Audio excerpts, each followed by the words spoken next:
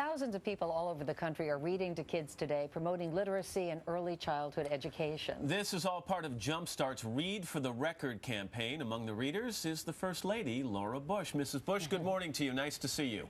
Good morning, Matt. This is such a great program. We were involved last year. It stresses the importance of reading to your children at an early age. And before we talk about the children around you right there, what kind of a daily ritual was reading in your home when you were growing up, and how did you pass that along to your children? Well, my mother read to me every night before I went to bed. It was a very important part of my childhood. So important, in fact, that I ended up making my career out of reading and becoming a librarian. And then George and I read to Barbara and Jenna until they could read to us. And that was really fun. It was a wonderful way to end the day with your arm around your child and reading to them. Why is it so important, do you think, Mrs. Bush, to start reading to your children when they are very young? It's very important because one thing children learn from being read to is that the words on the page correspond to the words that you actually say. You have to be taught to read. You don't just learn it naturally. And all of the things that parents do when they read to their children when they're little, starting from when they're babies, give their children the pre-reading skills that they need to learn to read when they start school. And you were reading the story of Ferdinand to the children there. That's We're all going to read the same book today. And can you just tell me a little bit about the children you're with there?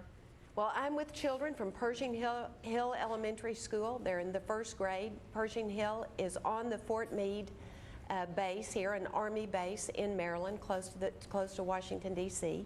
A few of these children's parents are deployed now, but it's a great school. It's part of the Anne Arundel County School District. Oh, that's nice. Well, Mrs. Bush, thanks so much. Enjoy the Always book, a and pleasure. it's a pretty big deal for them. I can imagine they're going to get older and they're going to say, then there was the day that the First Lady actually read a book to me. So that's kind of cool for them. They all read, they say, at home every night, so that's great. It's a good message. Thank you so much. Thank you. And all morning we'll have folks reading in the plaza, trying to break the world record we set last year for the number of children reading a single book with an adult on the same day. Right now, New York's Mayor Michael Bloomberg is taking his turn reading to some of the city's preschoolers. I think it was 150,000 right, last year. So we'll try to break that this year. We'll be back right after your local news. And everyone shouted and clapped because On their lives later on. Right now, you're looking at Pulitzer Prize-winning author Frank McCourt reading the story of Ferdinand to some young people here. By the way, he's got his own first children's book coming out very soon. It's called Angela and the Baby Jesus. We'll talk to Frank, and we'll do some reading of that book in just a little while. One of my all-time favorites. Ferdinand